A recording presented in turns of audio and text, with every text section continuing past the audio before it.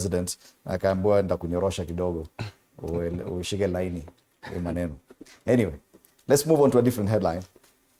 And this involves one of the constituents of Gigi Kagombe, constituents number 1 of Gatundu South.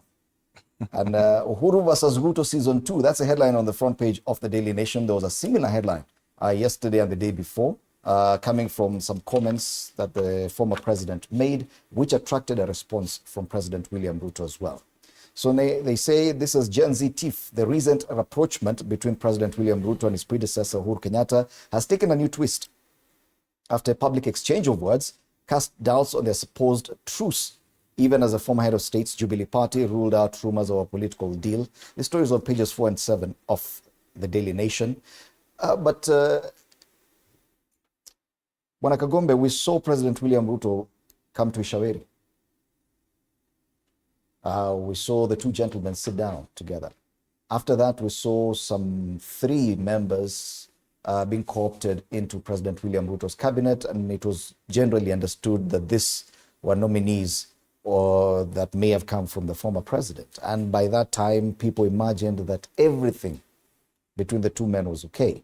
Now we see such headlines. And are we reading too much? I know you're a huge critic of some of these headlines. Are some of these headlines misleading? Are we misreading what President or former President Uhuru Kenyatta said? Yet we saw a response from President William Ruto as well. First of all, the said statement was made in my presence. It was at Nairobi Chapel of Ngong Road. It was at a family event. They said Ngina is not the Ngina that everybody is talking about. It is not Ngina Kenyatta that President Uhuru Kenyatta was referring to. It was at the burial of Kibathi, who is a cousin to President Uhuru Kenyatta, and it was a family issue. This thing has been taken completely out of context, because I had been there for that burial, and I stayed from the time we came from the mortuary to the time that we went to Ishaweri for burial. And the context of the sentiments was purely a family affair.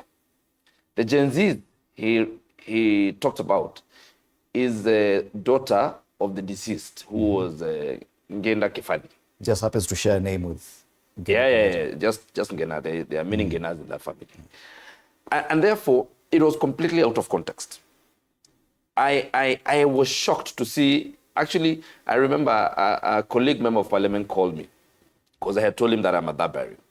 And he asked me what has happened. I'm seeing clips going around. What has happened? What has the former president said? I told him it was complete. We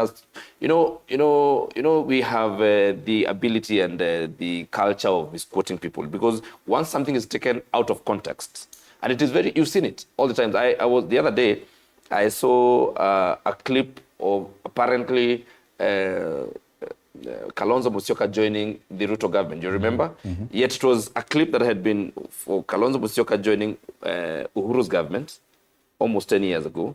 And now it was used and it was choreographed in a way to show like Kalonzo Musyoka had come to join President William Ruto. You understand? It's the same thing.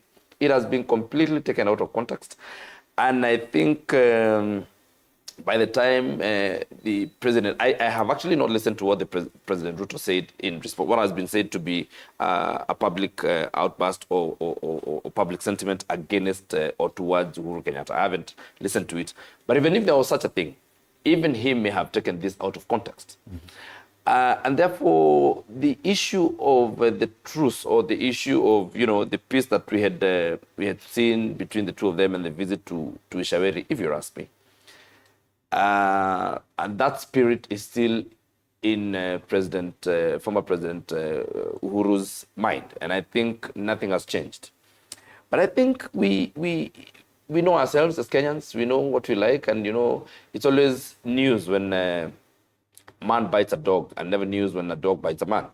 And therefore, we are looking and searching for these negative things to come, and I think we are praying and wishing that Kenya goes down, and we are wishing for all bad things. And I think it's it's the response from President William Ruto that has really fueled this kind of discussion. If at all it was out of context, and such a delicate relationship, having only been rebuilt in recent weeks. Do you think that most of these leaders should